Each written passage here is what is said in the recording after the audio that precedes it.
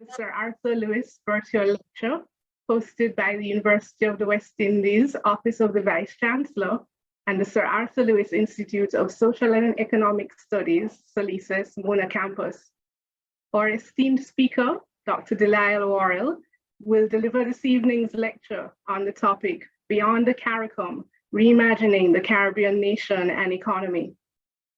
We extend a special welcome to everyone joining online and via UETV.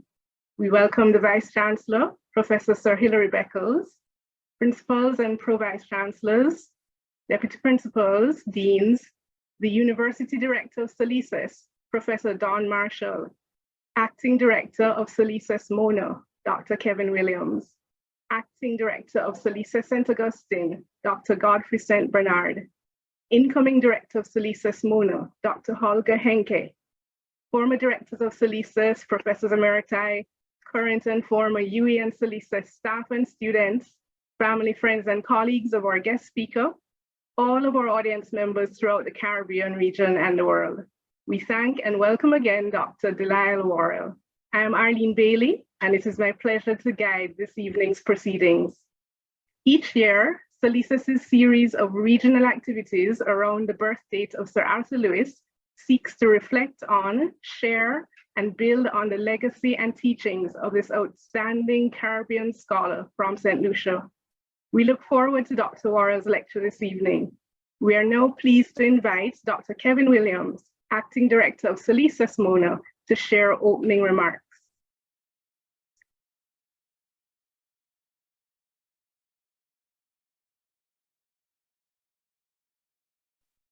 Thank you very much, Chair. Good afternoon, colleagues.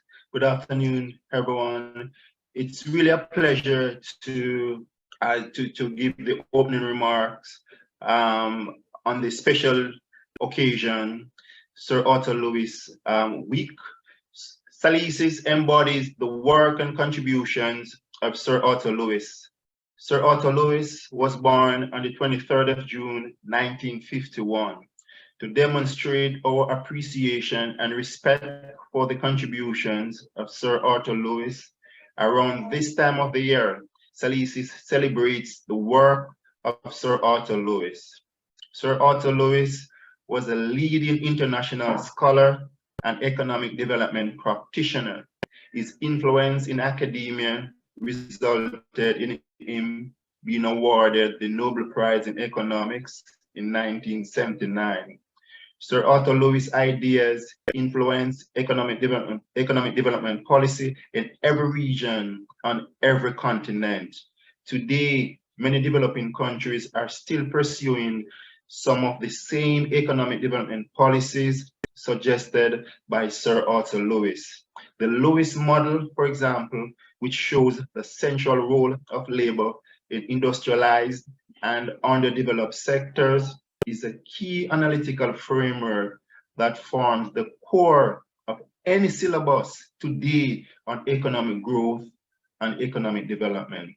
Sir Arthur Lewis had a keen interest in policy questions which have implications for the welfare of a nation.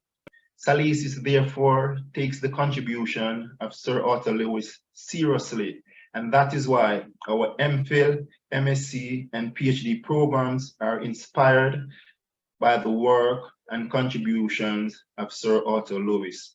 We offered a general and 3 concentrations in MSc Development Studies. These concentrations are development, social development policy, governance and public policy, and economic development policy. The MSc Development Studies is a 1-year, 2-year part-time program. The MSc in Development Studies is designed, inspired by Sir Arthur Lewis, to produce graduates with specialized leadership for development and interdisciplinary grasp of social sciences. The program exposes students to social, economic, and political developments, especially in developing countries.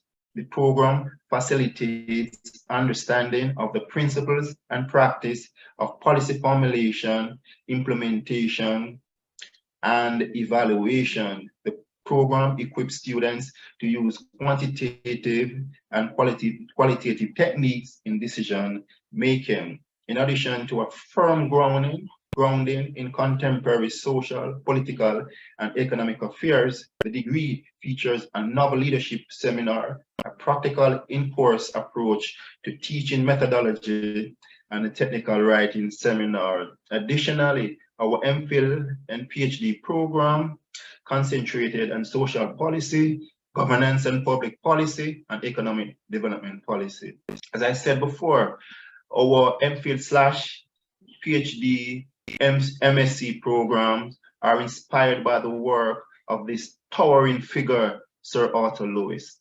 And therefore, the theme of Dr. Worrell's lecture fits nicely into some of the major ideas exposed by Sir Arthur Lewis decades ago, but are still relevant today. As SALISES continues to highlight the work and contributions of Sir Arthur Lewis, we look forward to a spirited and interesting lecture by our guest speaker, Dr. Worrell. Over to you, Chair. Thank you very much, Dr. Williams, for the opening remarks, warm welcome, and highlighting the programs and work of the Sir Arthur Lewis Institute of Social and Economic Studies. Thank you very much. And we now join Professor Sir Hilary Beckles, Vice-Chancellor, for the welcome and greetings. It's a joy and a privilege to be a part of this event, the Sir Arthur Lewis Lecture that focuses on matters relevant to development conversations in the Caribbean and beyond. The UWI, of course, has been in the business now for 75 years of looking into the language and the policies of sustainable development. Sir Arthur Lewis gave us a magnificent start in the middle of the 20th century with the articulation of a very specific and defined development model for this region. Now, here we are today, UWI having reached 75 years of service to the people of the Caribbean, in which Sir Arthur Lewis was a critical part of the leadership and the conception of that journey. CARICOM itself is now celebrating 50 years, and the governments of Jamaica and Trinidad and Tobago are both now beyond 60 years of nation building. These data tell a story of a very distinct journey, moving away from the colonial scaffold and into the process of creating sovereignty within the context of nation states. This has been the journey of the last 100 years or so. Our presenter today, Dr. DeLisle Worrell, is an expert in development economics. He is well known as an economist both in the theoretical and the practical realms. He is perfectly suited to take us through this conversation, which he has entitled Beyond CARICOM, Reimagining the Caribbean Nation and Economy. This is the relevant subject. This is the topic of today. And I wish our presenter, Dr. Worrell, all the very best in his engagement with his audience. I wish I could be there, but I will be a part of that online participation. So, a very good event for everyone, and blessings upon the conversation. Thank you. Thank you very much for your warm greetings, Vice-Chancellor, and we look forward as well to the engaging conversation with Dr. Worrell. And we now invite Professor Don Marshall, University Director of SALISES, to give the introduction of Dr. Worrell.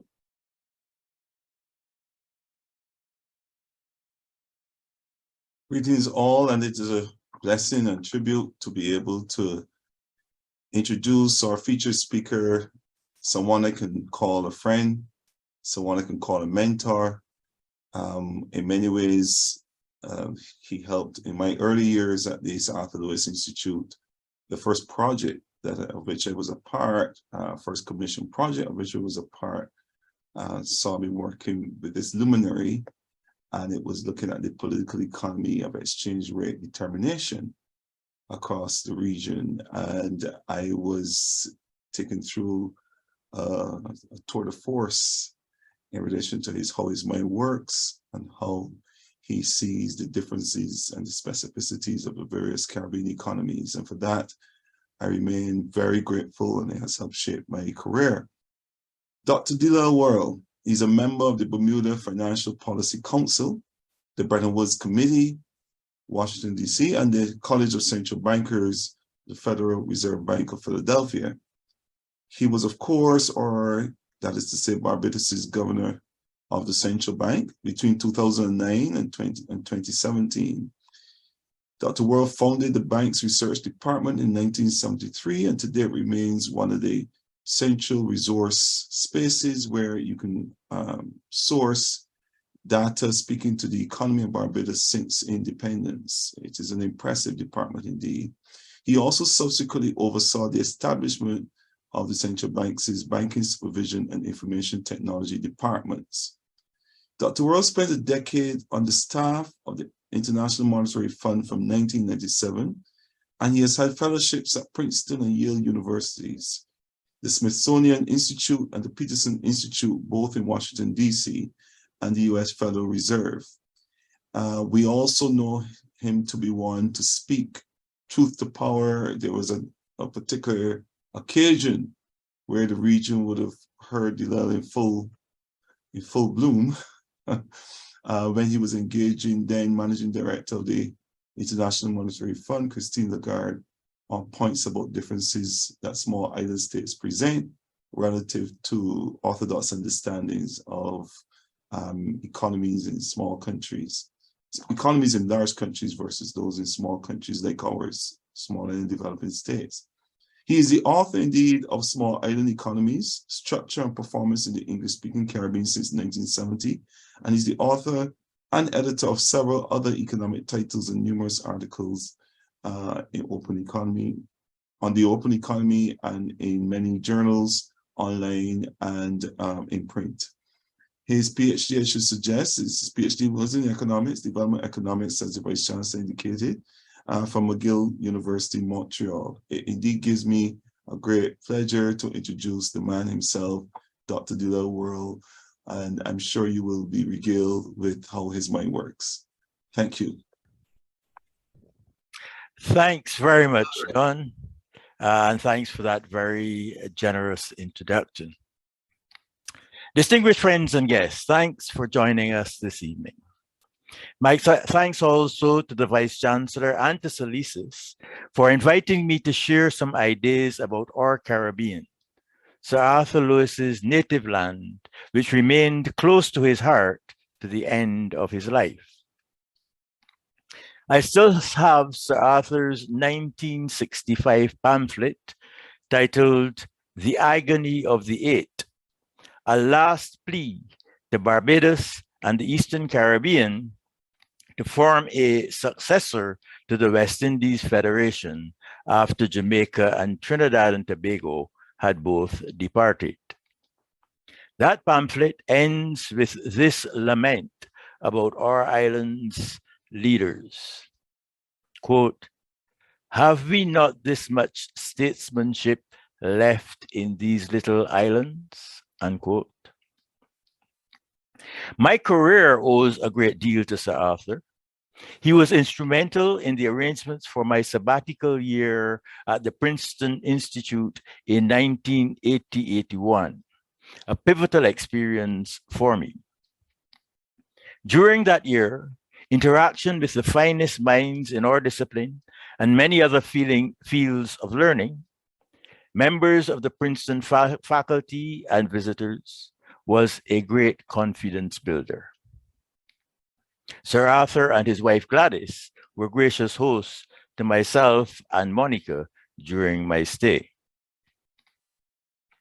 This evening, I will share with you some thoughts and ideas that give a new positive perspective on the Caribbean, one that might serve to renew our energies and commitment to the Caribbean regional ideal. These reflections are still in a formative stage in my mind, and I very much look forward to your responses to them. As has already been indicated, the top title of my essay is Beyond CARICOM, Reimagining the Caribbean Nation and Economy. 30 years ago, I wrote a proposal for a common currency for the Caribbean for the West Indian Commission, a body that was set up by CARICOM heads of government to consult widely within the region and make recommendations to rectify the perceived ineffectiveness of CARICOM. The Commission's report, Time for Action, notes that, quote, foremost among our concerns has been the question of how to establish community machinery which will enable important decisions to be more readily taken and, when taken, implemented without delay or dilution, unquote. All these years later, it is evident that the Commission was not successful in the principal task it undertook. Among the Commission's proposals, none of which was ever implemented, was a modified form of my proposal for a single currency, described in my paper, quote, A Common Currency for the Caribbean, which was published by the Commission in 1992. There is a currency that has always been in common use everywhere in the Caribbean, though it is not one of our own making. Were I to have delivered this lecture in person, I would have flown from my home in Barbados to SALISES at Mona, Jamaica, where 50 years ago, I had my first job as an economist. In Jamaica, I would have paid for my accommodation and meals in US dollars. Sadly, no business or financial institution in Barbados has any use for Barbados dollars. When my wife Monica and I feel comfortable to resume our annual trek to Trinidad for Carnival, we will secure our bookings in US dollars. Our hotel in Port of Spain has no use for Barbados dollars. With US dollars, you can do business anywhere in the Caribbean and beyond. Your own domestic currency is literally worthless beyond the national borders. When I left Barbados at age 19 in 1964 to study economics at UWI Mona, I traveled on what was then a daily BWIA flight that originated in Trinidad, touching down in Barbados, Antigua, and Puerto Rico, terminated in Kingston, Jamaica. Today, the most convenient way to travel to Kingston is by way of Miami.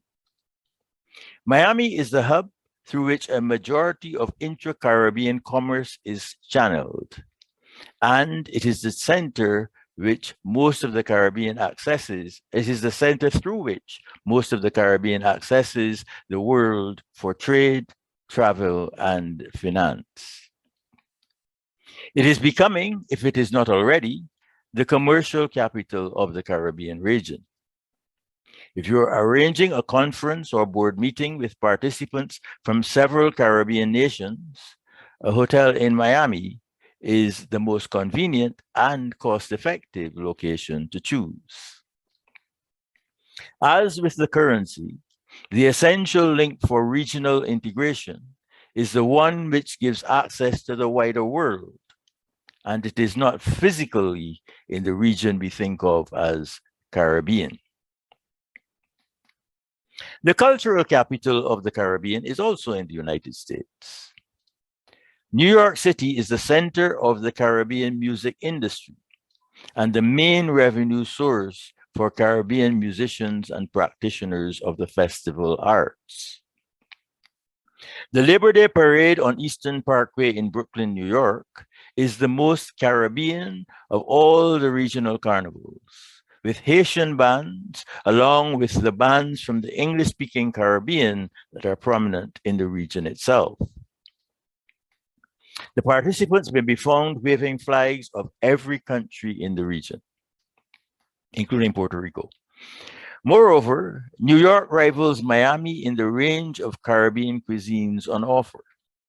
Miami wins with respect to the Latinx Caribbean, but Brooklyn is the hands-down winner as regards the rest of the Caribbean. Caribbean governments are all very keen on developing the cultural industry, and everywhere there is talk of its potential for economic diversification. However, if we take a look at the cultural contributions to GDP in any Caribbean country's national accounts, it seems that very little has come of all the efforts to build the industry into a significant source of foreign earnings. This contrasts with the small but rapidly growing proportion of the labor force everywhere that are able to make a good livelihood from their skills in music, logistics, event planning, communications and technical services, security, information, and other services related to events and performances. The companies and professionals that provide these services travel with the activities, and where they reside and pay taxes may not be a good measure of their contribution to the Caribbean economy more broadly. Wherever they, wherever they live, their income ultimately supplies goods and services in the Caribbean through a variety of channels. We regret that our musicians and artists make their homes in the US, Canada, and elsewhere, instead of recognizing the benefit that our countries derive from their success through family ties, contributions to travel and tourism, marketing exposure for local individual entrepreneurs, companies, and attractions, and in many other ways. We also need to recognize that many of our national government policies stand in the way of the development of the regional cultural industry. Any artist starting out in Barbados must have access to a credit card with which they can pay for instruments, equipment, travel, and accommodation, all in US dollars. On that credit card, there will be a limit set by the Central Bank of Barbados. You cannot transit through Miami or access the lucrative North American market without a US visa. Any established artist, performer, writer, or innovator needs to have their intellectual property protected under US law. The protection offered by national law is of little economic value. Here then is an industry of growing importance, which flies under the radar because we measure its economic contributions on a national basis. Moreover, the policies our governments devise to promote cultural industries are mostly off-base, and some domestic protective policies are a major obstacle that cultural practitioners must jump over.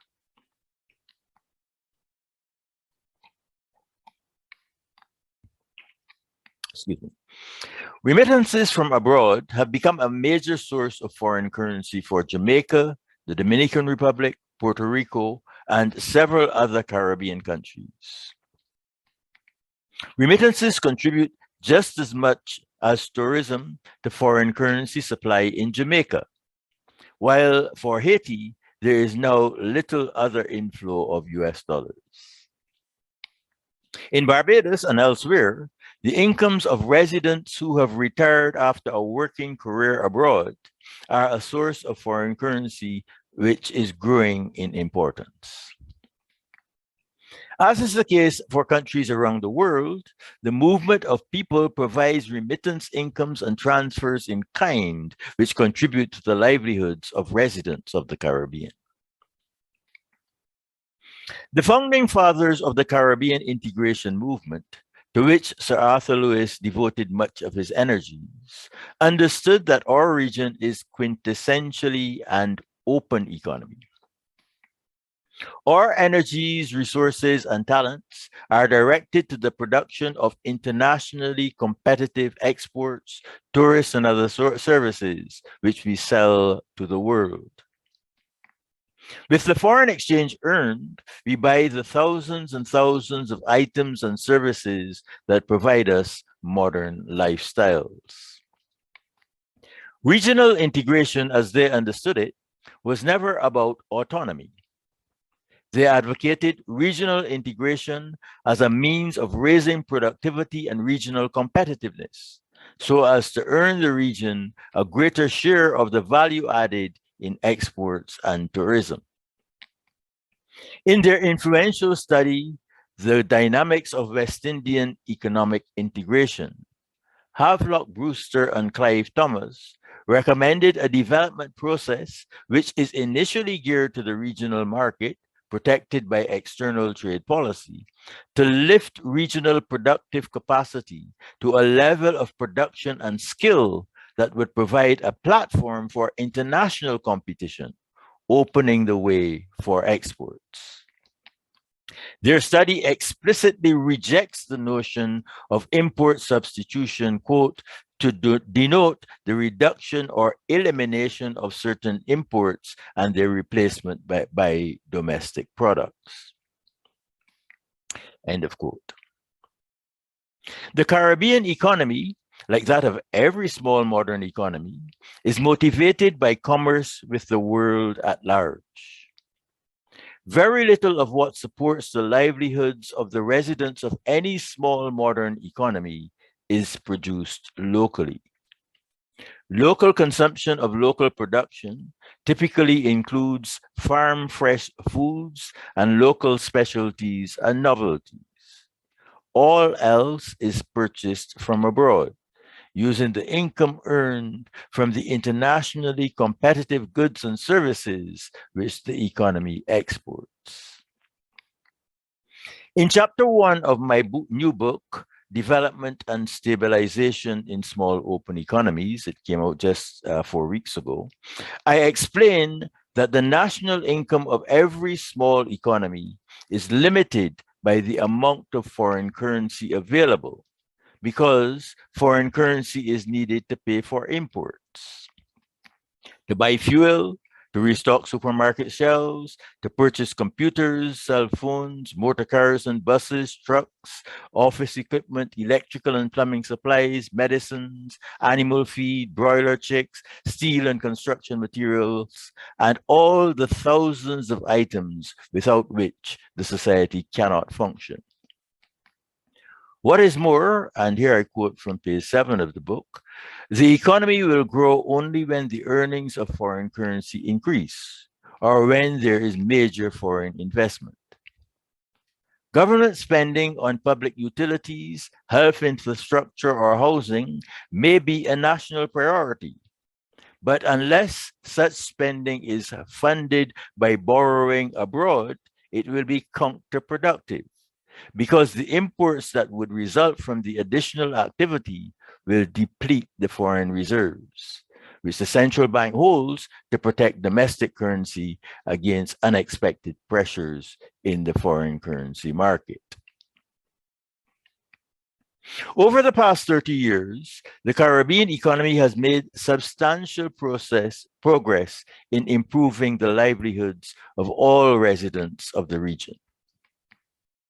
The best available measure of this progress is to be found in the annual Human Development Report published by the United Nations Development Program, UNDP. All Caribbean countries except Haiti are among the countries listed as having high or very high levels of human development in the 2021 report.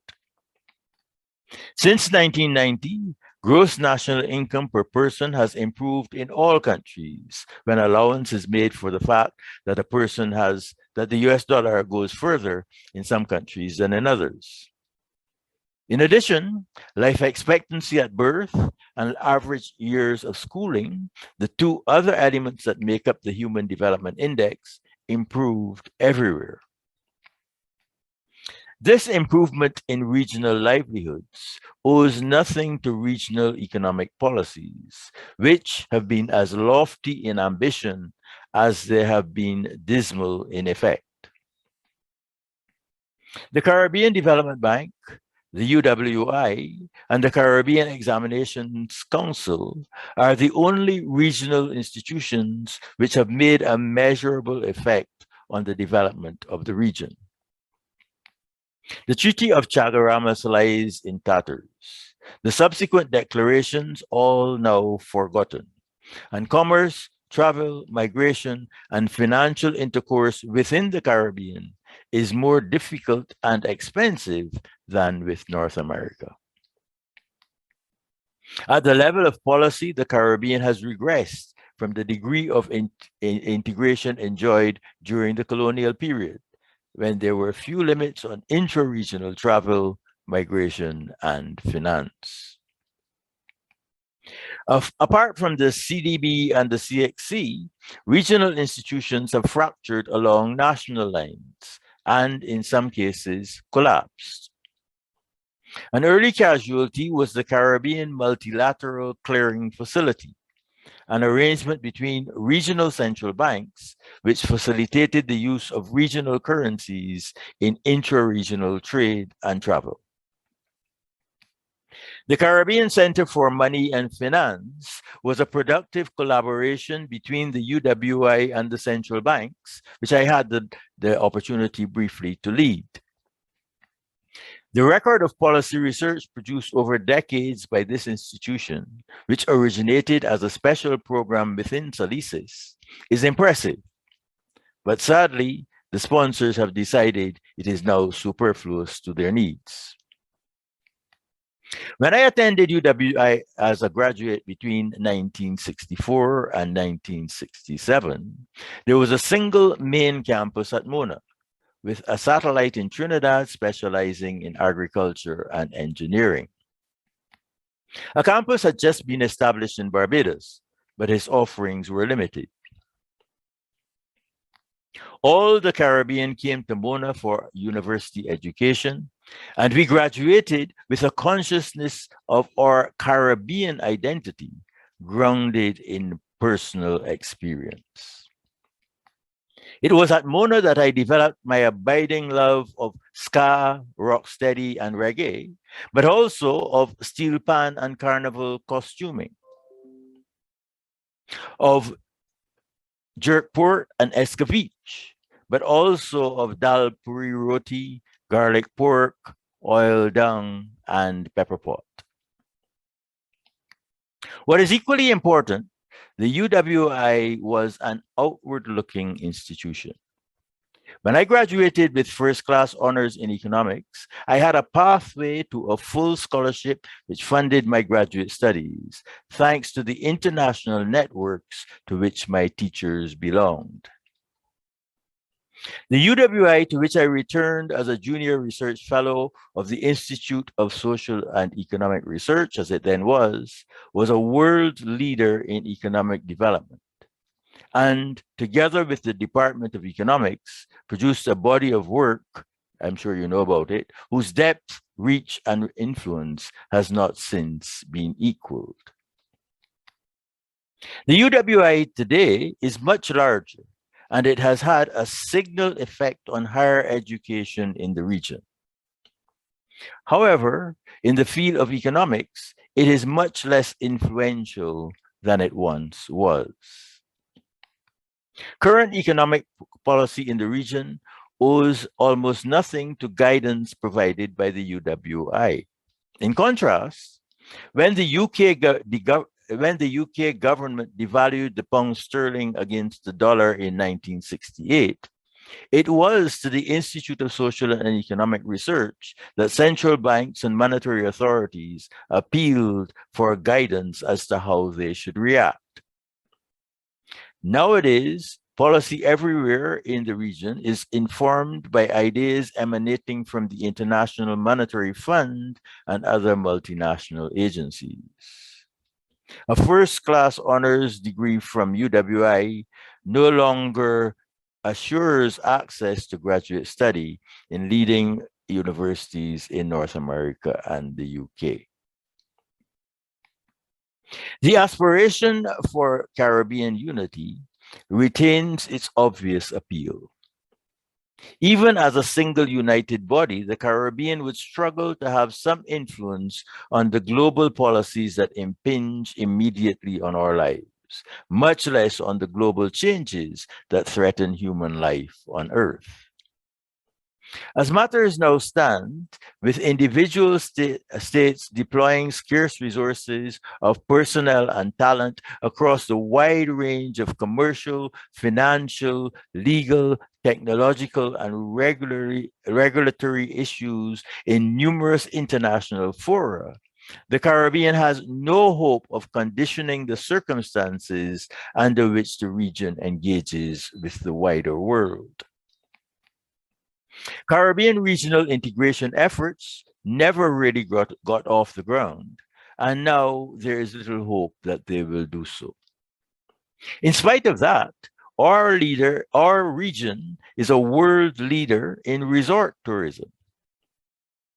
Moreover, the Caribbean boasts remarkable successes in the development of a cultural industry which is truly Caribbean and which has worldwide impact and influence. Reggae and the steel pan are a global phenomenon with adherents, fans, and practitioners everywhere you travel. The festival arts, to which Trinidad has made unique contributions, continue to blossom in the region, in the diaspora, and beyond. Caribbean writing, once a small niche market, is now center stage in the English-speaking world. Caribbean sports personalities are household names everywhere. Reimagining the Caribbean nation and economy. In his forthcoming book, Studies in the Political Economy of the Anglophone West Indies, Professor J. Mando estimates that about 1/4 of the combined population of Barbados, Guyana, Jamaica, and Trinidad and Tobago lives in the United States. That population provides a major contribution to the home economies through remittances, transfers in kind, participation in carnivals and festivals in the Caribbean and in the US, hosting friends and relatives when they visit the US, and providing income in foreign exchange by those who retire to the Caribbean. Much of the income which results from these activities does not appear in the national accounts of the home country, even though Caribbean residents benefit in one way or another from every one of these activities, even those that take place in the US. To get a full measure of the impact on the livelihoods of Caribbean people, we would need measures which include all the value added that has improved these livelihoods, both of those who remain home and those who seek opportunities abroad. A wider concept of the Caribbean nation also serves to correct misperceptions about the brain drain and the loss to Caribbean territories when highly educated individuals migrate. Instead, Caribbean people should be encouraged to seek the best opportunities available to them, whatever their level of skill and wherever in the world they choose to pursue their interests. We should expect to retain skilled personnel essential for the Caribbean's development by offering internationally competitive remuneration packages at every level of skill. By this, I do not mean that we should attempt to match salaries on offer in rich countries. Caribbean territories have natural advantages which make them preferred places to live and work. And major household investment, especially housing costs, are much lower than in North America and Europe. However, the gap between remuneration levels in the Caribbean and what is typical for similar skills in North America and Europe makes it impossible to retain a sufficient caliber of worker in the region, especially in the public sector. The private sector has had to adjust because in the open economies of the region, companies go out of business if they fail to raise their productivity to internationally competitive levels. The yawning gap that has now opened up between public and private sectors in the Caribbean, most acutely at management levels, is reflected in the growing dysfunction of the public sector within the region. When we view the Caribbean as one nation rather than from the point of view of individual nationalities, we lose our preoccupation with intra-Caribbean trade. What matters is how much income the whole Caribbean nation earns and how equitably it is spread among Caribbean people. Nobody cares how much trade there is between Brooklyn and Queens, which each have economies much larger than any Caribbean territory. Equally, trade between Jamaica and Trinidad Tobago is an irrelevance, something that affects the lives of their citizens not at all. We should aim for greatest growth of the economy that feeds the lifestyles of all who identify as Caribbean people, and we should facilitate the distribution of Caribbean income across the region and the diaspora. Some suggestions for the way forward. The CARICOM Secretariat might repurpose itself as the hub and facilitator of information and communication on all matters relating to the economy, society, and governance of the Caribbean nation. The Secretariat has had a long and effective machinery for organizing and supporting in-person regional conferences. Also, it has taken some useful initiatives in the area of news and information services. CARIFESTA, the Regional Festival of Arts, is an engaging idea which has never been fully realized. My suggestion is to devote all the resources that are available to the Secretariat to services of this kind, making use of the latest information and communications technology. The skills deployed by the Secretariat might be much as the same as they now have, but rather than burden them with the implementation of policies for which they have no authority, the mission would be to keep Caribbean peoples informed of conferences, events, and opinion about our Caribbean nation wherever our people are found. The rest of the world, too, would find in the Secretariat an authoritative source of information on everything to do with the Caribbean nation.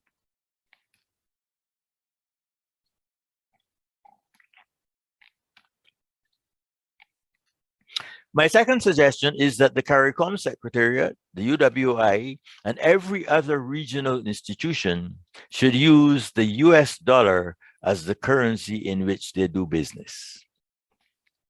This would facilitate the recruitment of staff with skills of an internationally competitive standard and the mobility of staff across the campuses of the university, the offices of the Secretariat, and the offices of all regional organizations. It might, with time, create cadres of Caribbean public officials, intellectuals, and communicators to match the vibrant communities of creatives which are already flourishing within the region and the diaspora. Thirdly, The Caribbean should acknowledge reality and dispense with local currencies, adopting the world's currency, the US dollar, as the sole measure of value in transactions, domestic and international. The dollar is already the currency of all intra-regional commerce, and its use for domestic business is widespread. As I have pointed out in a paper I published in 2021, the use of domestic monies is in decline throughout the region, and US dollars are preferred everywhere for obvious reasons. The extinction of local currencies seems inevitable, and there is no need to prolong the agony. I am also suggesting that Caribbean governments consider removing all taxes and restrictions on imports. Import taxes are a relic of a time when they were the main source of government revenue. In a time before taxes on income and sales, sovereigns taxed goods in transit, mainly at national borders, with property as a secondary source of revenue. Now, sales taxes in various guises are the largest source of revenue everywhere, with income taxes in second place. Import taxes make only a small contribution to revenue, but they raise the cost of providing tourist and domestic services above the competitive international level. To the extent they provide any protection to domestic activity, such activity is by definition inefficient, because if it were up to international standards, it would not need to be protected against the imported product. Removal of import taxes would lower costs to domestic consumers and producers and reduce government expenditures with the elimination of small armies of customs officials everywhere. Such a radical change would undoubtedly have wide repercussions, not all of which can be anticipated. It would have to be carefully planned and executed over a period sufficient to gain acceptance and understanding of the population. Finally, where does this leave us? I believe we should refocus our energies, aspirations, and resources away from our individual national communities towards the goals of the Caribbean nation, consisting of everyone who identifies themselves as Caribbean wherever in the world they happen to live.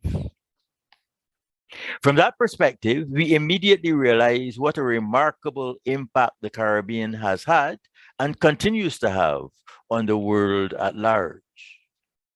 Our achievements as Caribbean people are out of all proportion to the size of our population and resources. All the things we seem to lack in individual Caribbean states are in evidence to an extravagant degree in this wider Caribbean nation. As a nation, we Caribbean people can hold our heads high and offer inspiration to other small nations. We should not be surprised that the foremost manifestations of our genius are not to be found in our individual Caribbean states. None of our individual countries offers adequate scope for the full expression of the potential of Caribbean people. Our petty nationalisms distract us from the reality of our remarkable achievements as a nation in every field of human activity. Success breeds success. We need, as Caribbean people, to celebrate our achievements and successes and to use them as our guide and inspiration for our future, as individuals, as communities, and as one Caribbean nation. History has burdened us with a plethora of little nationalisms, and there is nothing we can do about that. The people of the Caribbean are obliged to look beyond the boundaries these nations impose to realize their potential. We should require our governments to encourage and facilitate our movement regionally and internationally in every way possible. Our little nations are already being enriched through the many personal and informal networks that bind Caribbean people together within the region and the diaspora. And our future lies in enabling, widening, deepening, and strengthening those networks. That is my belief. Thank you, and I look forward to your reactions. Thank you so much, Dr. Worrell, for sharing this very thought-provoking lecture. Congratulations on your latest book and your acknowledgement of Sir Arthur Lewis's impact being instrumental in your career. You've shared so much with us in terms of the Caribbean as a nation, and then a wide range of issues relating to commerce, culture. It's particularly fitting today being the start of Reggae Month internationally, and International Black History Month. So some of those areas as well, the areas of the regional institutions, regional policy, and the various mechanisms in which the Caribbean can develop further. We are very happy to share in the conversations, and we are inviting questions via a number of modes. So we invite the audience you can raise your hand, or you can post questions in the question and answer. The chat may be active, and that is an option as well. So we invite questions to engage in the areas that Dr. Worrell has mentioned here.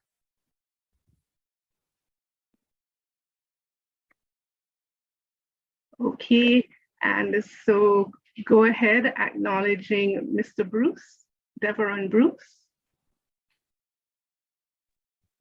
Hey, good evening, everyone. I would first like to thank Dr. Worrell for what I thought was a very thought-provoking presentation as well. And I have 3 questions. I must really state my area is not particularly economics, but I'm curious as to what role the central banks would have as it relates to note printing and quantitative easing if we utilize US dollars. That's the first question. I'm also curious about how we would manage domestic debt levels if we utilize US dollars, for instance. Would our ability to service foreign debt not be impacted if we also have high domestic debt that I assume would then be converted into US dollars that have to be serviced? And my final question would be, what are some of the key concerns that we must consider if we do abandon our domestic currencies? Thank you. Thank you very much. And thanks for those questions. They go to the core of the concerns that many people have. So first of all, with respect to the central bank's management of money, the reality is that no small open economy has management of their domestic money. For the reasons that I mentioned in the presentation, that our economies are driven not by domestic money, but by foreign currency. And that is because all our economic activity is supported by goods and services which come in from abroad. And in order to be able to purchase these goods and services, you need US dollars. So even if the government engages in what is called pro-cyclical policy, that is to say that they create, by whatever means, more domestic spending power, that spending power actually does not procure any additional national income, does not add any value. because when people spend that money, then they have to get foreign currency to exchange in order to get the imports that they need to, support the spending that, as I say in the paper, to restock the supermarket shelves, to get fuels to drive their vehicles, and for every aspect of our lives. And so, if we were to adopt the US dollar as the domestic currency, we actually lose nothing, because even if we have a domestic currency, we ultimately depend on the US dollar availability in order to drive national output. Your second question is about domestic debt, and it is related to the first, because the creation of domestic debt, if it drives additional policy, if the proceeds of the debt are used to expand domestic expenditure, also creates a demand for additional foreign exchange. So even though the additional debt is domestic, if it adds to the expenditure stream, then it has the same effect on the availability of foreign currency as does foreign debt. So you have to find as much foreign currency to service domestic debt as you have to service foreign debt, if the debt, as I say, creates additional capacity capacity to spend. And with respect to key concerns with respect to the abandonment of domestic currency, I would refer you to the paper that I mentioned. It's called, I've forgotten the actual title, but if you Google my name and actually, I have your name. So if you send your contact in the chat, I can give you the reference. But in that paper, I point out that there are actually no downsides to using the US dollar as domestic currency. And in fact, it is what most Caribbean people prefer. By having your domestic currency, you actually create second-class citizens within our domestic currency, within our domestic countries, because every Barbadian who has access to US dollars does all his business as far as possible in US dollars. So does every Jamaican. And if you give people the choice of 2 Barbados dollars or 1 US dollars, everybody's going to choose the US dollar. Similarly, 151 Jamaican dollars versus 1 US dollar, people are always going to choose the US dollar for the reasons that I point. And finally, with respect to having your own currency, in order to protect the value of your own currency, our countries are obliged to hold foreign exchange reserves.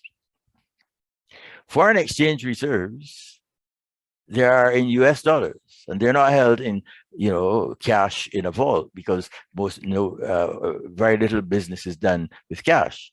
What in fact the central banks do is that they put money on deposit with the Federal Reserve Bank in New York, and much of the foreign reserves are actually invested in obligations of the US government.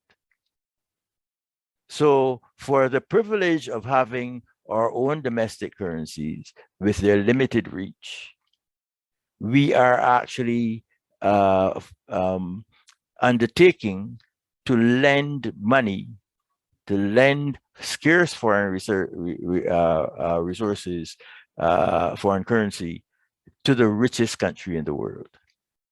So there are no downsides to using US dollars for domestic circulation. Thanks, Dr. Worrell. And we know as well that you have your extensive publications and work on your website, which we will share in the chat as well. Thank you very much. As additional resources. So there are a number of questions here.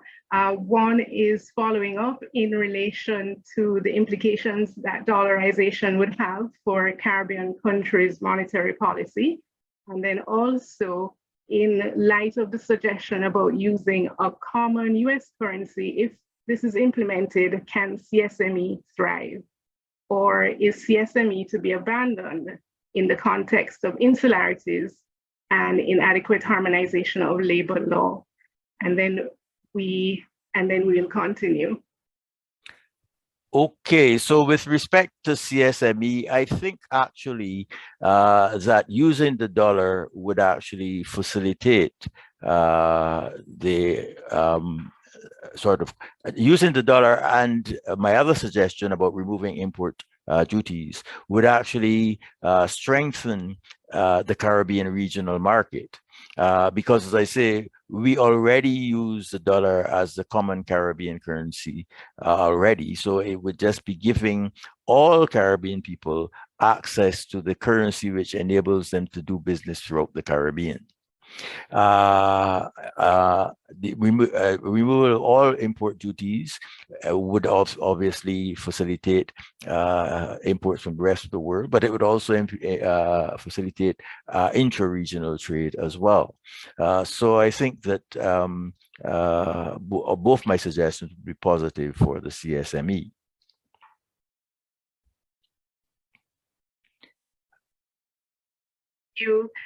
Dr. Arlene, DeLisle has had his hand raised, so would like to make a comment or question. Dr. Arlene.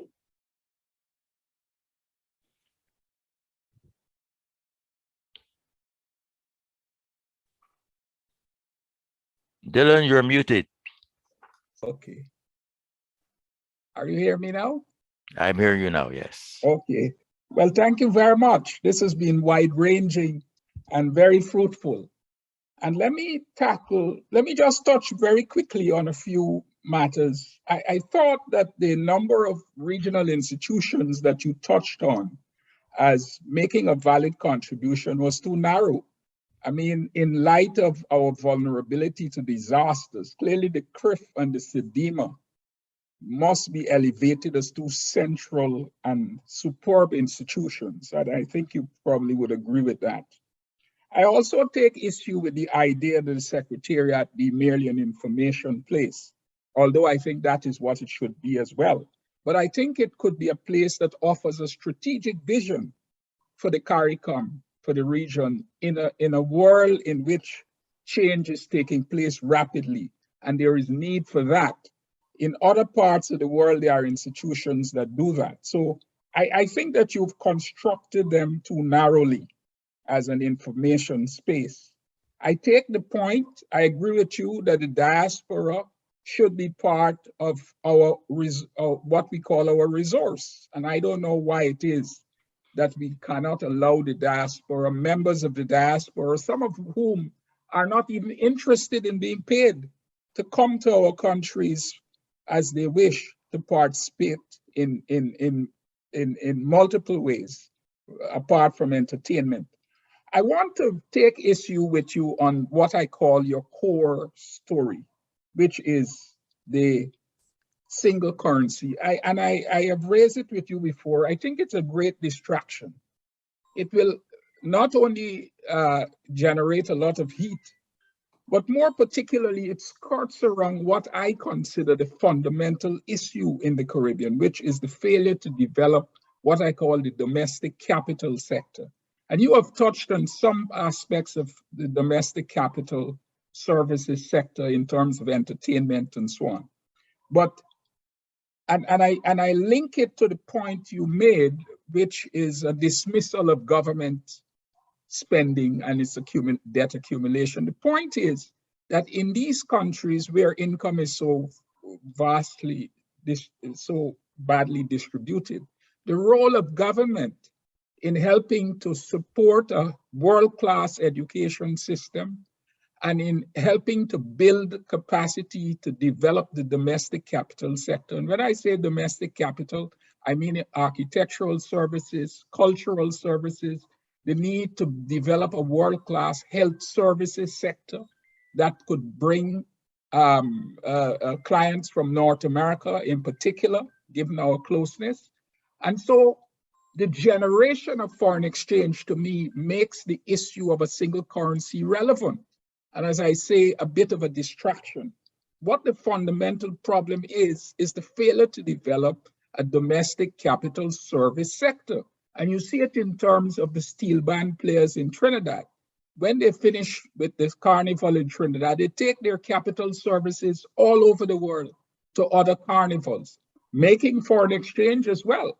So the issue of the single currency is really skirting a fundamental problem, which Lewis solved by asking foreign capital to come in. But I am saying that there is no need to talk about foreign capital services. That capital could be developed right here. I rest here because it's good to give others a chance. Thanks very much, Dylan. Your questions and comments are always provocative and thought-provoking.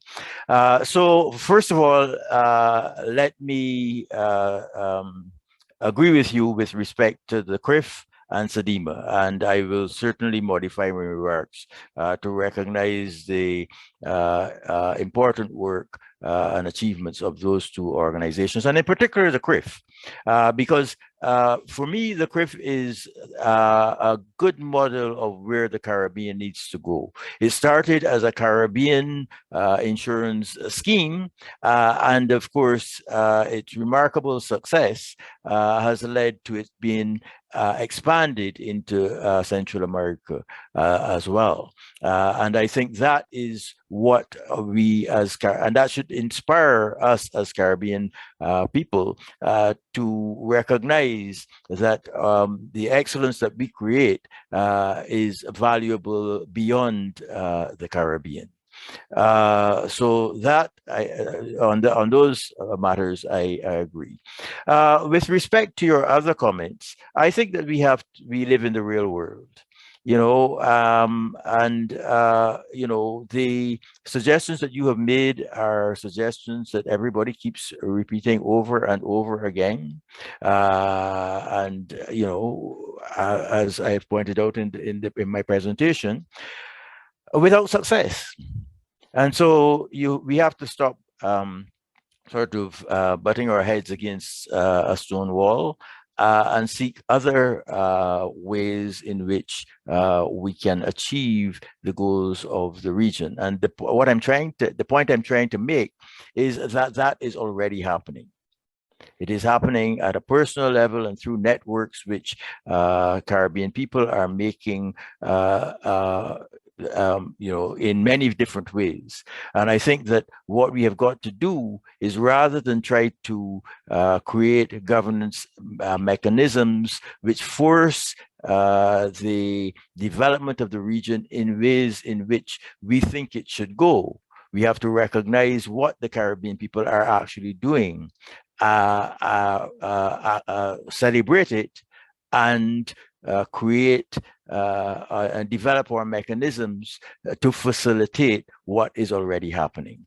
And I think that is the way in which we should go. And I think both with respect to the role of the CARICOM Secretariat and with respect to the use of the US dollar, that is the reality which we should work with.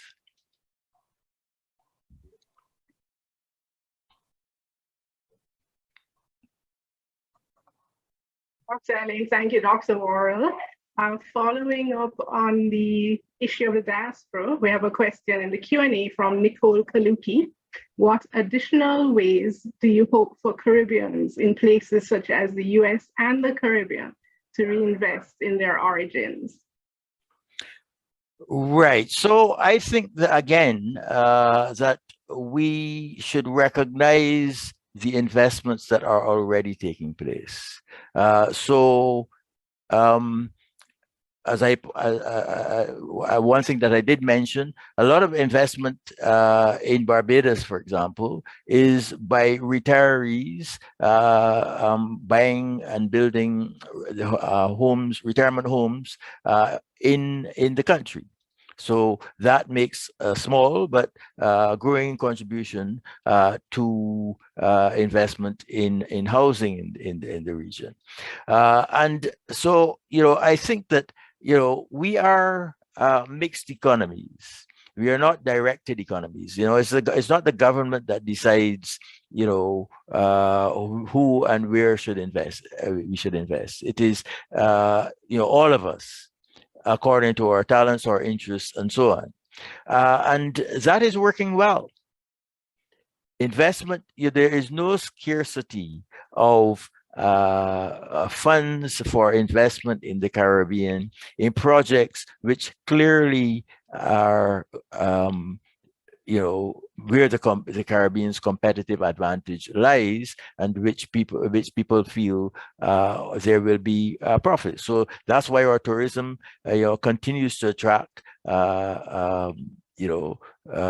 new accommodation with the booming most recently in Airbnb accommodation and so on. That investment is taking place. People are realizing the possibilities which technology makes available.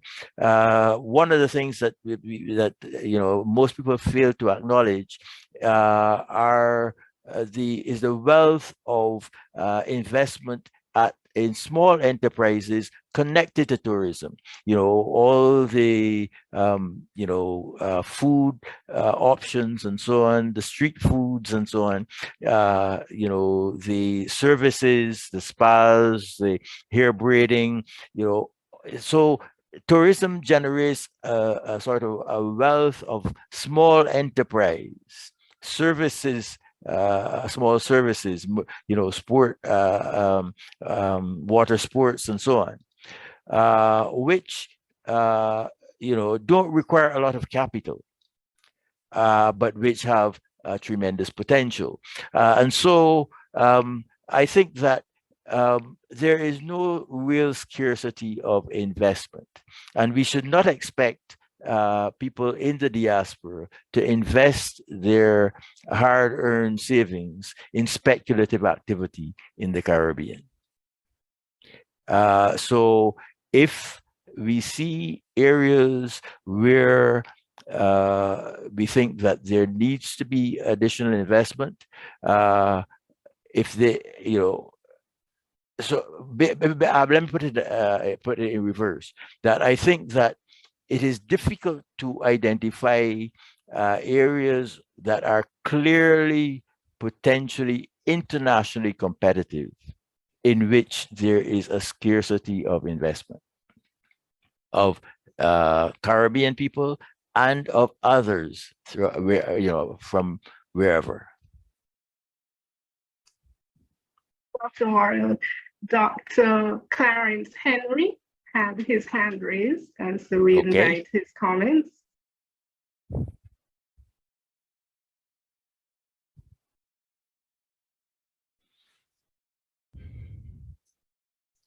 Somebody needs to unmute themselves.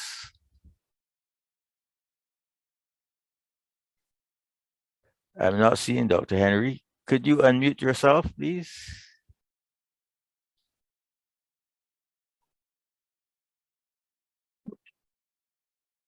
Yes. Good evening. Good evening. Thanks, Dr. Worrell.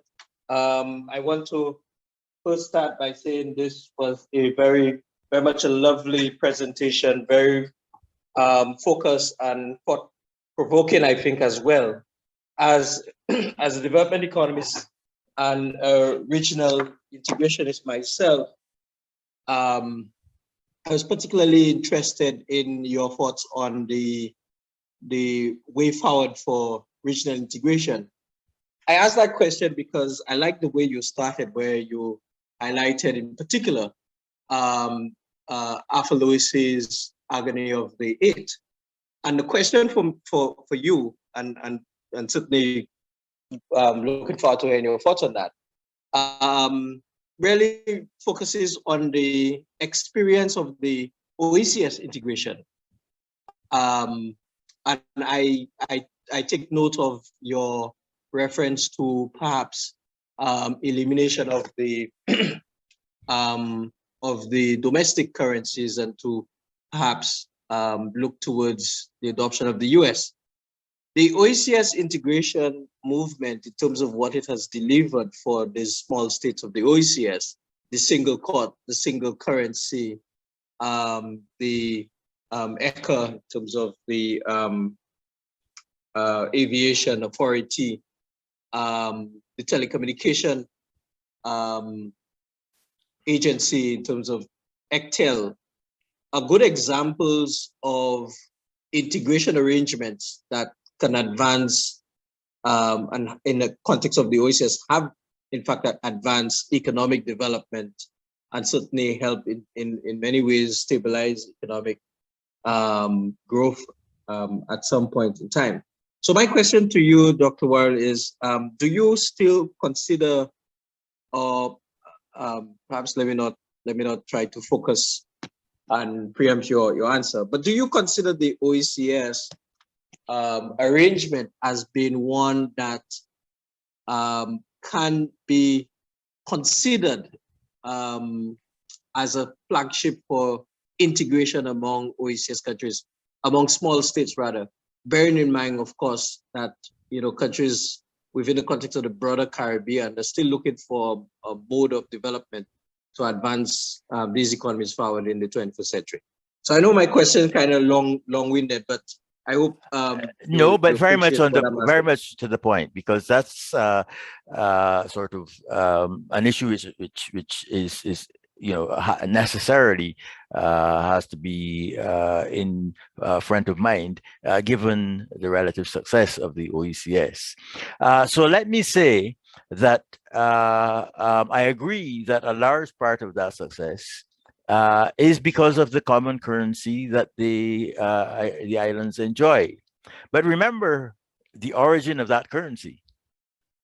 The common currency that you have was not by a construct agreed to by the islands. In fact, it is the remnant of what the common currency that I grew up with, the Eastern Caribbean dollar. Up until the time of independence of first Trinidad, and then, first Guyana and then Trinidad, and the rest of the Eastern Caribbean and Barbados. Most of the rest of the Eastern Caribbean. We all shared a common currency, which the headquarters of which was in Trinidad.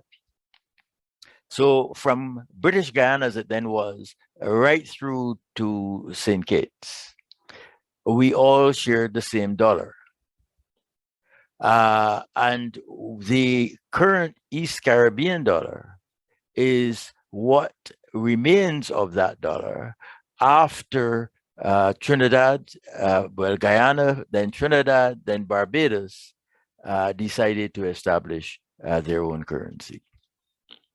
And so I don't think that the East Caribbean, while the common currency is a cornerstone of the levels of integration that the East Caribbean has achieved, what you have to bear in mind that is by default, in a sense, that the islands did not collectively decide to join and establish a common currency.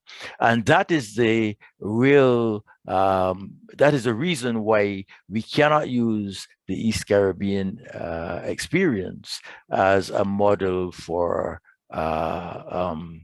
integration elsewhere. Thank you. We have two questions related to the area of import taxes. So we'll take those from the Q&A, and then we have some follow-up comments. Dr. Arlene has his hand raised. So Blair Santos asks, would the removal of import taxes negatively affect the sale of locally produced goods? And an attendee asks, or comments, good suggestion, read the high import taxes in some cases, but these import taxes are also used as a form of protection for domestic industries. Removal of all might not be feasible. Right. And I think that, you know, the argument for import protection was always intended as a temporary measure. So the point, I don't think we can say, or let me start by saying that everywhere you go in the world, people have a preference for local produce. Americans have a preference for local goods. Barbadians have a preference for local goods, and so on. Jamaicans have a preference for local produce, but only if they are of comparable quality to the import product. That is to say, for the price that you pay, are you getting something which is comparable? And if the price and the quality are the same, everywhere you go in the world and everywhere in the Caribbean, people will buy the local product. The reason why people buy imports in preference to local products, import charges and so on apart, is because the local product is perceived as of inferior quality. And in most cases, it is of inferior quality. So if, whether it is real or perception, the answer to building up and to expanding local production is to bring, is a question of productivity, quality, and marketing. And so, and import duties address none of those things. And as I say, they are always inflationary. And we've reached the stage now where our complicated import systems actually require, you know, administrative costs,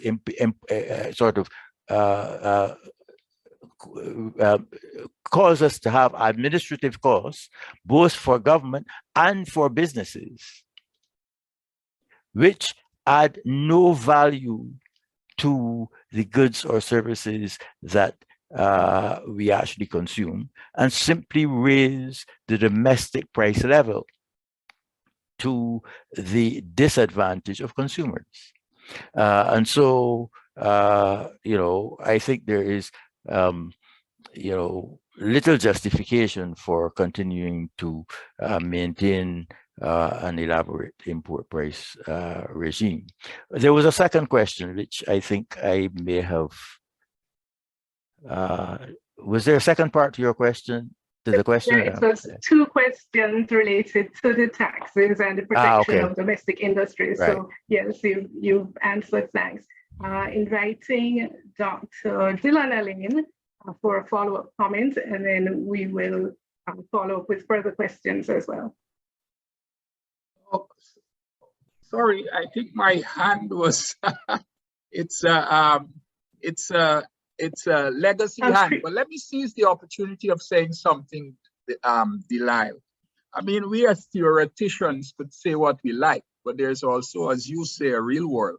Right now, we are working with Belize. They've asked ECLAC to help them in building a general equilibrium model to look at the costs and benefits of a free trade agreement with Mexico. And the big argument is, well, consumers will benefit, but that's a very unsophisticated way of looking at trade. Mexico has the capacity to dump large amounts of chicken on Belize, destroy the industry, and then raise prices. So I'm saying that these textbook type responses about consumers, benefits, and so on makes sense at that level. But it's a much more sophisticated world we're living in which producers in one country are making strategic decisions.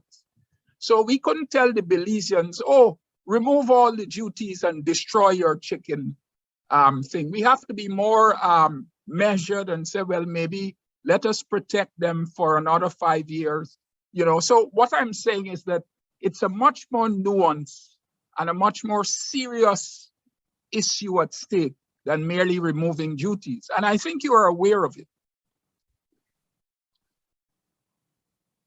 I agree. And I did say that we have to be careful of how we do it.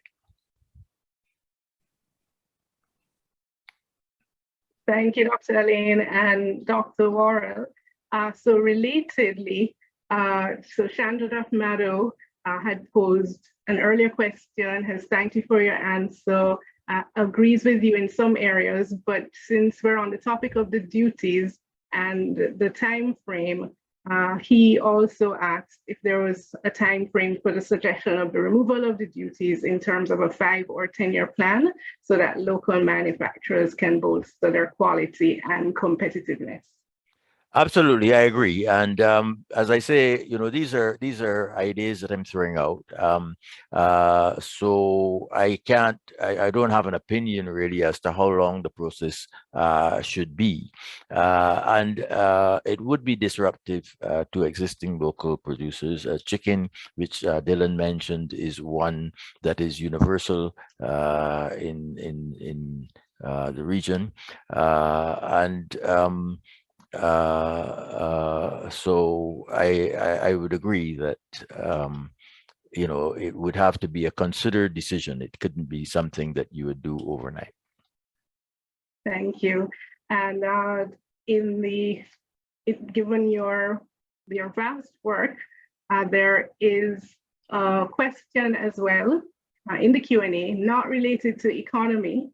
However, considering the accolades that you have attained, can you provide tips re-navigating university with respect to not academically comparing myself to others, making my name known, and being confident in my purpose? So related to mentorship, and as Sir Arthur Lewis would have done, as you mentioned, the process. Yes, I think the best I can do is to say that none of us, and certainly I am very conscious of the help and assistance that I have received throughout my career, and the opportunities that many mentors and facilitators have opened for me. And I think my advice to anyone is that, you know, choose your passion. Right. So very early on, you know, soon after my introduction to economics, you know, I found it to be the things that gave me that gave me a sense of purpose, you know, that I could make a contribution in this way. So I decided that I would invest my energies in you know, increasing my knowledge and capacity within the discipline. And if and if you do that, I think that you will find that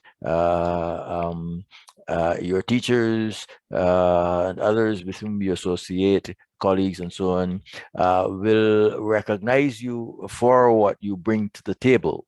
And that in that way, opportunities and avenues will open up for you. You. We also had Lori Ray Arlene Franklin had raised her hand, and so invite her question or comment.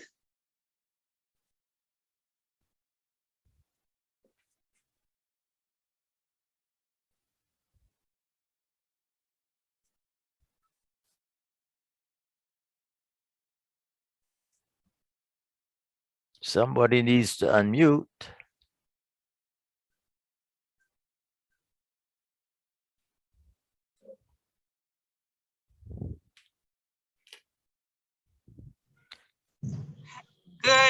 Good night. Can you hear me? I'm hearing you loud and clear. Okay. Good night, everyone. I first want to say that I found the presentation quite stimulating and quite thought-provoking. My questions refer to the removal of, they're kind of in line with the first set of questions we had in terms of the removal of the different currencies and using one currency. I wanted to ask a question to clarify something that I had in mind, whether or not having the currencies in each of the islands contribute also to the cost of running a country, because I have thoughts on it, but I wanted to get your take on it as well, and whether or not these costs or the funds used to pay can be used in other ways to improve our manufacturing, etc. So I want to get your take on that area, if you're clear about what I'm asking. Thanks, and continue to do the good work. Thank you. Yes, no, I would say that the main cost to our domestic economies of having our own currencies is in the fact that we have to hold large amounts of foreign reserves. As I say, in the case of Barbados, for example, we have over 1 billion, almost 2 billion, I think, Barbados dollars that we have in effect lent to the US government, the most, the richest government in the world. Those $2 billion, were they to have been used domestically, could have funded a great deal of productive investment, infrastructure, and so on. So I'm saying those funds. Now I'm not saying that if we had, or if we didn't have our own country, they would actually be used. I mean, that's a different question, right? Relating to the efficiency with which our government works. But what I'm saying is that there is a cost, and it is a considerable cost, because you are short of foreign currency. Foreign currency is always scarce.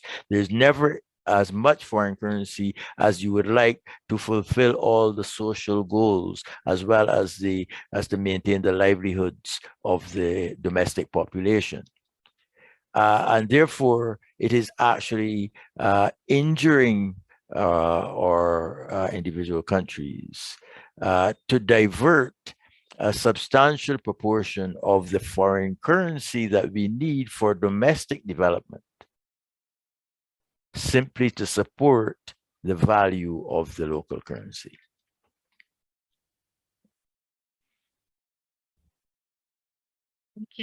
Thank you again, Mrs. Arlene Franklin and Dr. Worrell. So for Dr. Tymon Stewart has posed a comment in the chat and a follow-up comment in the Q&A. She said, I wish to thank Dr. Worrell for the courage shown in his presentation of his honest assessment of our condition and his journey to the past, and what we had then and what has been lost or eroded. So often analyses are not grounded in history. And then in relation to the duties and tariffs, she indicates, may it not be better to selectively remove tariffs rather than aim to remove all with time periods for adjustment. Some industries cannot compete with imports, even with an extended time period to adjust. Belize was almost self-sufficient in food a decade ago. Thanks for those comments. And, you know, especially your comment about, you know, looking back into the history and bringing this story forward. That is something that I think is really most important. You know, it really contributes so that you don't reinvent the wheel, and you get insights as to what works and what doesn't work. The challenge of import protection, particularly with respect to domestic agriculture, is always going to be controversial, especially as we have over the years invested so much, particularly in things like chicken production and so on. But we have to face reality. The quality of the local products is inferior. So we produce chicken, and we run up against all the challenges in chicken production in particular. Everything has to be imported. The baby chicks have to be imported. The feed has to be imported. The medicines and so on have to be imported. And then you have to have a whole regulatory industry to ensure that the practices within the to produce the chickens are up to scratch, and that the producers don't do things that they should do with the drugs and so on that they administer. So I'm saying that we really have to ask ourselves, and especially given the levels of employment that is created within something like a chicken industry, is this the most productive use of our resources, of our limited resources? Are we better off to raise levels of skill within the society so that we don't have a demand for employment in things like producing chickens? So your talk has really sparked much discussion. We have a comment in the chat from Prof. Don Marshall responding to the discussion and to Dylan. It's a neoliberal cosmovision, Dylan, where development, justice, and renewal concerns cannot be all resolved by market dynamics. Still, the force of what is being suggested by Dr. Worrell reignites dialogue, one that had trailed off into silence. And, I'm very much, in agreement with Don that, so I'm an advocate of a mixed economy, and I'm a socialist at heart. So I think that there is an important role for the government, but I think the government must use the tools that work. Right. And one of the things that I'm distressed about throughout the Caribbean is that we have shifted away from the income tax as the main source of government revenue towards sales taxes, because I think that is profound, that biases the government towards away from an equitable distribution of income after tax. And so what I would say to Don is that we need to use the instruments that work, and the expenditure instruments, by and large, especially when it comes to incentives and trying to direct how people produce, they do not work. Thank you. And we, Dr. Godfrey St. Bernard has his hand raised, so we invite his comments. Thanks. Thank you, Chair. And first of all, a very thought-provoking lecture, given the kinds of questions that are being posed. But I felt compelled, given my interest in futures and futures thinking. And this lecture, in many ways, demonstrated that sort of spirit. And I want to reflect on the 4 proposals advanced by Dr. Worrell in terms of how we can turn things around for the Caribbean. And given those 4 proposals in terms of policy direction, sometimes we make these statements and we get the impression that all of these things are happening at the same time. but sometimes there might be a timing in terms of what comes before the other and how each of these policy directives might be related to one another. I don't know if Dr. Worrell can provide some sort of response to that question in terms of the timing of these policy directives. Very good question, Jeffrey. Godfrey. How they are linked together. Yeah. A very good question. And my response would be that I would want to see how it goes, right? So the thing, what I would say is that what I would the one that I think that we should do immediately, the ones that we should do immediately are the ones that relate to the currency. I think that the UE should, you know, and Secretariat and so on should use US dollars. It is the common currency of the region. That is a fact. And so we should acknowledge it, and we should do our business in that.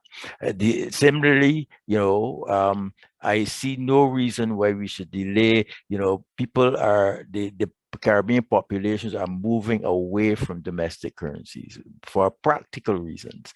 And I don't think we can do that overnight, but I think that we should all our countries should, you know, have specific plans within a time frame, because these things have to be explained, understood, and the central banks themselves would have to understand how they need to go about it, and that these are technical things. So those, you know, so that would take a bit more time, and as everybody has become clear in the chat and so on, the complete removal of import duties, that would take a careful planning, and that would obviously come, you know, later in the sequence. So that would be my thinking. But, you know, as I say, I think it would be wrong to, you know, get into those details to begin with.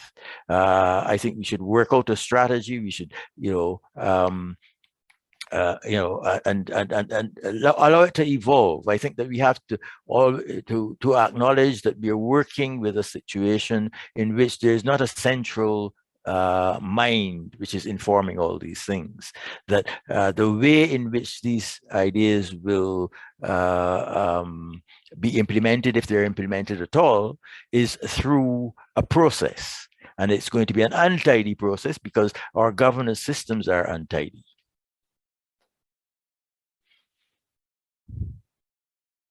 Thank you, Dr. St. Bernard, and thank you, Dr. Worrell.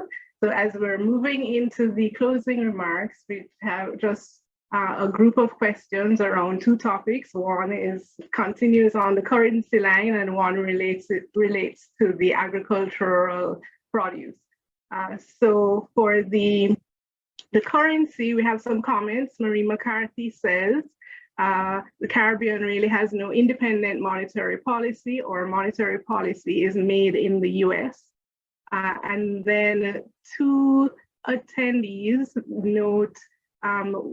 ask, wouldn't it be best to keep our currencies and manage them as we currently do? It would allow us the flexibility, particularly, for example, with the continued growth in China's dominance of international trade.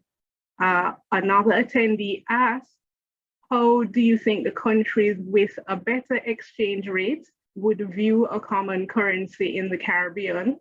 And in the chat, it's asked, do we have the right mindset to move forward in becoming one with your Caribbean as one nation to achieve this one currency? Okay, so on the currency issues, I'm going to have to refer you to my recent writings, because it's you know, the questions are too the answers are simple, but they're not simple to explain. So on my website you will see a tab called commentary. And that is perhaps the most accessible way to understand my ideas on many of the things that I've talked about, because the commentaries are very short and they're easy to pick out the ones that deal with the currency and to understand my views there. And also from the website, there's an email address where if you want to follow up on any issue with me, I would be happy to respond to anything that you wanted to follow up on.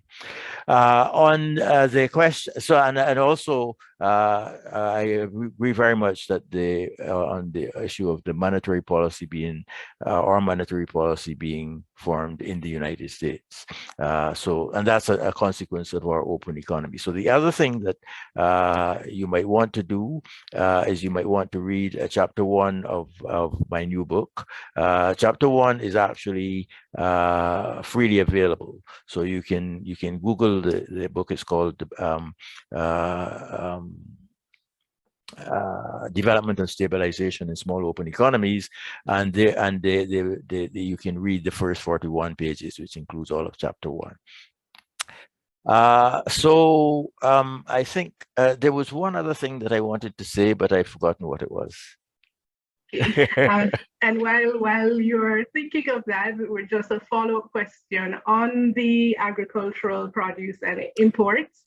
So an attendee has asked, but is it that the local product is inferior, or is it that it appears that way compared to GMO-produced imports? And couldn't one say that the local product is actually healthier as it would not contain these GMOs? Well, let me say that my recommendation for local agriculture is that we should do, we should have not only non-GMO, but we should have, what's the word I'm trying to get? Agriculture that organic, I think you organic. Yeah, we should concentrate on organic agriculture because I actually live in the country. And the stuff that they spray on the things that are produced on the farms around me would discourage anyone from eating anything that they sell. But the reality is that given our small production volumes and given the logistics and the sort of materials use of things like free range chickens and so on, the products are going to be expensive.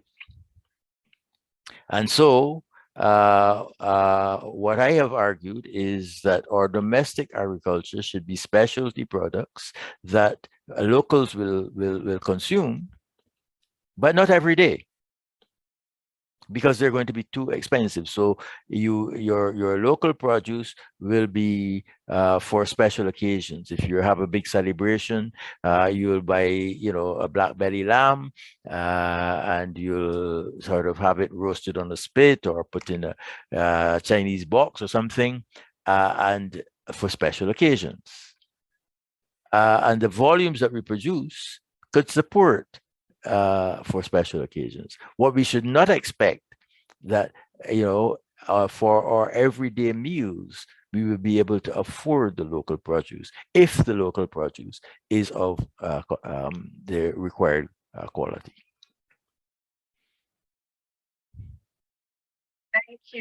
Thank you very much. We really appreciate your talk. The ideas shared, as you can see, it has generated a lot of interest, comments. You'll probably be getting a lot of follow-up communication. I hope so. Yes.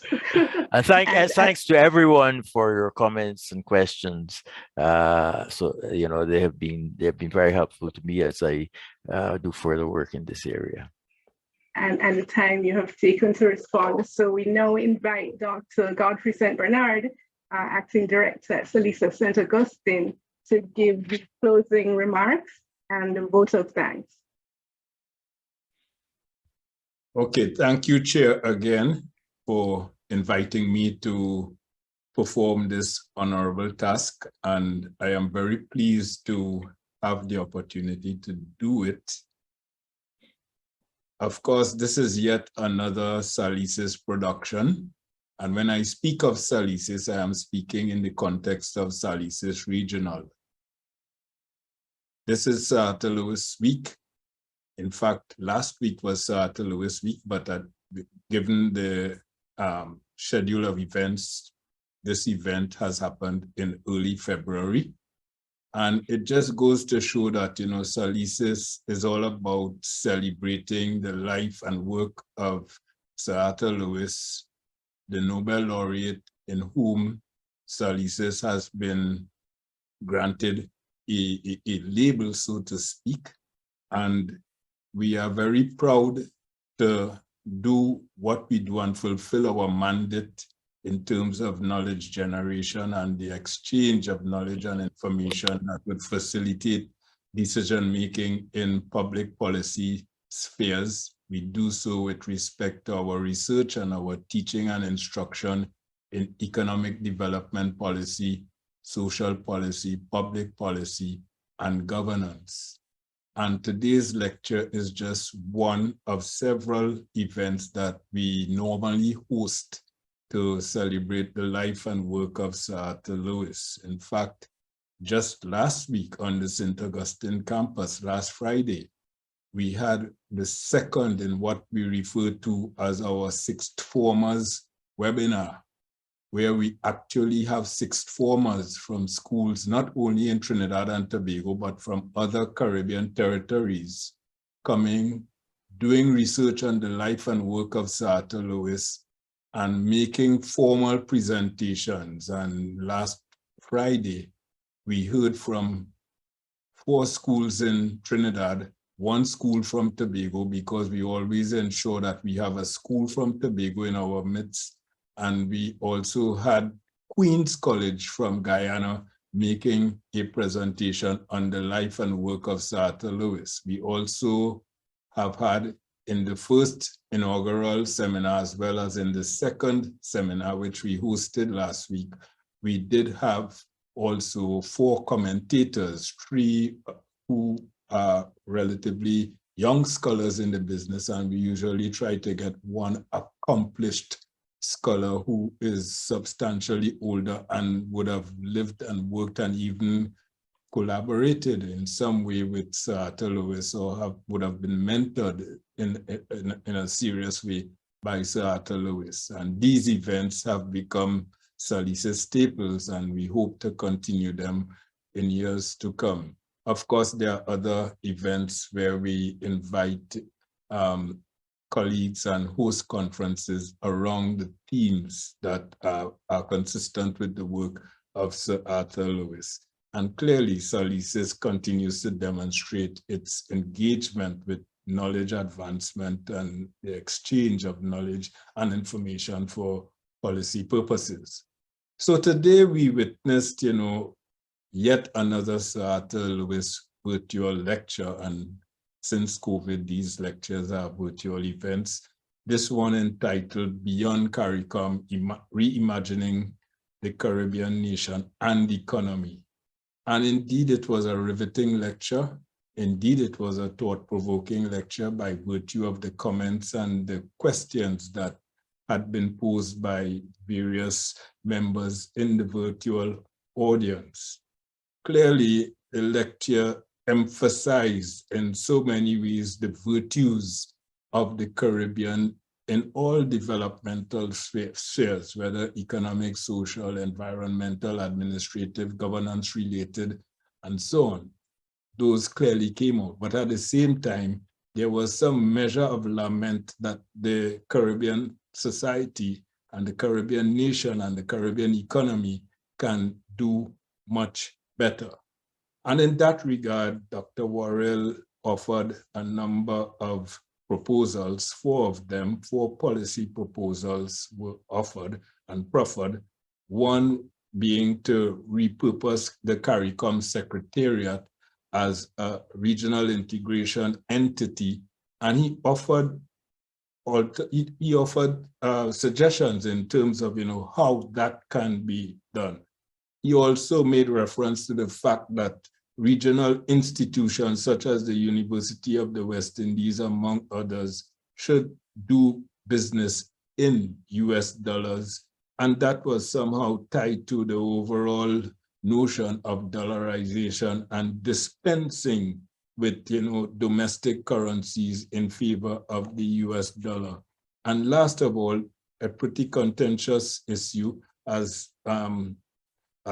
evident from some of the questions and comments that were made relating to the removal of taxes and duties on imports. But generally, the feeling was that, as a collective, certainly Caribbean societies, Caribbean economies, whether individually in their domestic capacities or as a collective unit, have the capacity to punch over and above their respective weights or the weight of the collective as a whole, notwithstanding, of course, the existence of specific nationalisms that prevailed. And I think at the end of the day, what was forthcoming was, a future's agenda in terms of how could we really promote a Caribbean nation based on some of these policies and perspectives that were proffered. Generally speaking, what I found was that the lecture as a whole really embraced some of the key tenets of the work of Sir Arthur Lewis, particularly when we think in terms of issues related to trade policy with respect to industrialization in Caribbean societies, particularly in the context of, new age technologies and social media, and definitely in the context of regional integration and some of the thoughts that Sir Arthur would have had in the context of regional integration. So all in all, a really riveting and thought-provoking, lecture, so to speak.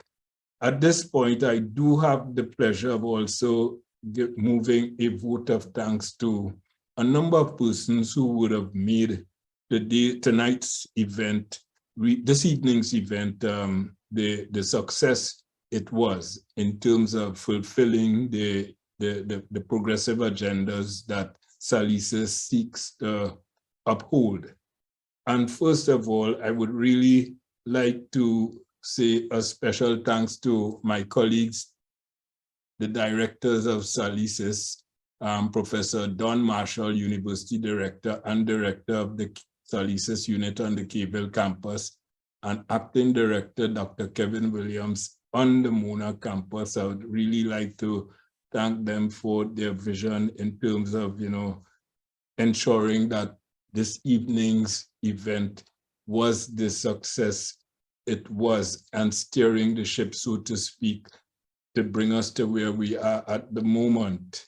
I also would like to say a special thanks to Ms. Cara Harris and Ms. Alicia Graham, who operate respectively from the Mona campus and the Cable campus in terms of their administrative capacities, leading the administration charge and ensuring that all the nuts and bolts were cleverly and carefully assembled to ensure that we ended up with such a splendid event that addressed, the themes that resonate so well with the life and work of Sir Arthur Lewis. So many thanks to Ms. Harris and Ms. Graham for their respective contributions.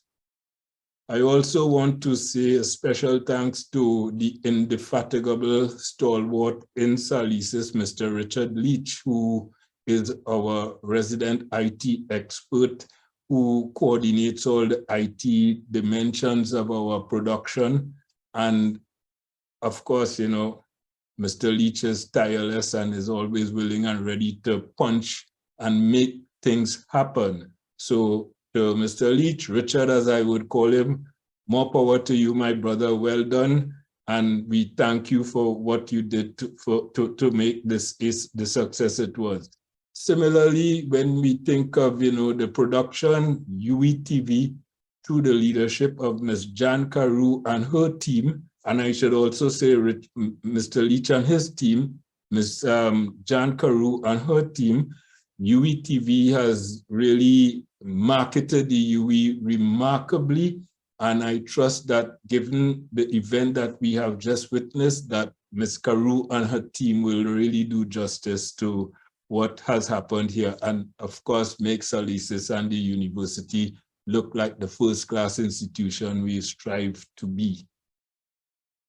Also, I would like to thank the Vice-Chancellor, who, by virtue of his leadership of the university, saw it fit to facilitate that collaboration between SALISES and the Office of the Vice-Chancellor to make today's event happen, and further going the extra distance despite his busy schedule to bring opening remarks that really set the tone for what we heard from Dr.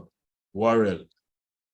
I also want to move on now to thank some other key persons, certainly our chair, Dr. Arlene Bailey, my dear colleague, who, as usual, in a very calm and comfortable way, and of course her disposition, cleverly piloted the event and took us through the various stages of the event with ease and elegance, and the event flowed smoothly, largely due to Dr. Bailey's character and how she delivers herself, and of course the event that she's associated with. So kudos to you, Dr. Bailey, for your usual calm and easy way of making difficult things look easy.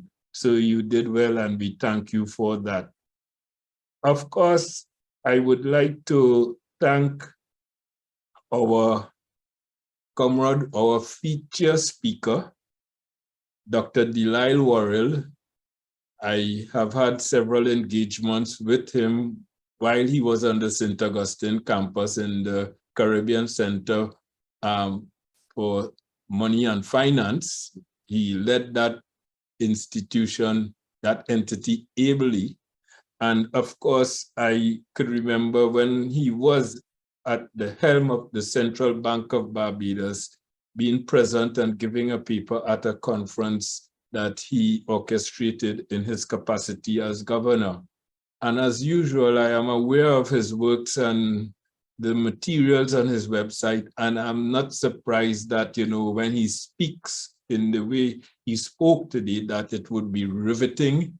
It would be a really confident display of theory and evidence, and certainly by virtue of the questions that were posed and the comments that were delivered, we know that we were in a forum with a giant. And I really want to thank Dr. Worrell for, his clever display of economic thought, and especially his reference from time to time to the evidence that helped to buttress his arguments. But I think overall, what we witnessed today really did set the tone for what these kinds of events ought to be about, because the discussion was so rich. And I think, anyone who eventually views this production will really derive substantial benefit. I hope key policymakers and public sector technocrats, students in particular, continue to view this production and benefit substantially and handsomely from, what was presented here today. And all kudos go out to Dr. DeLisle Worrell for making this happen the way it did happen. And last but not least, I want to thank the audience who appeared virtually, all 60-something, 70-something and more, presumably, because the audience is not just the virtual audience tonight, but all those who at some point in time will continue to view what happened here tonight. So I really want to thank those who were here tonight, and especially those in the audience who posed questions and raised comments. To To all of you and to all other persons who perhaps I should have thanked and did not thank, I want to thank you anyway for your contribution to the success of tonight's proceedings. Thank you very much all, and have a good night from Godfrey St. Bernard.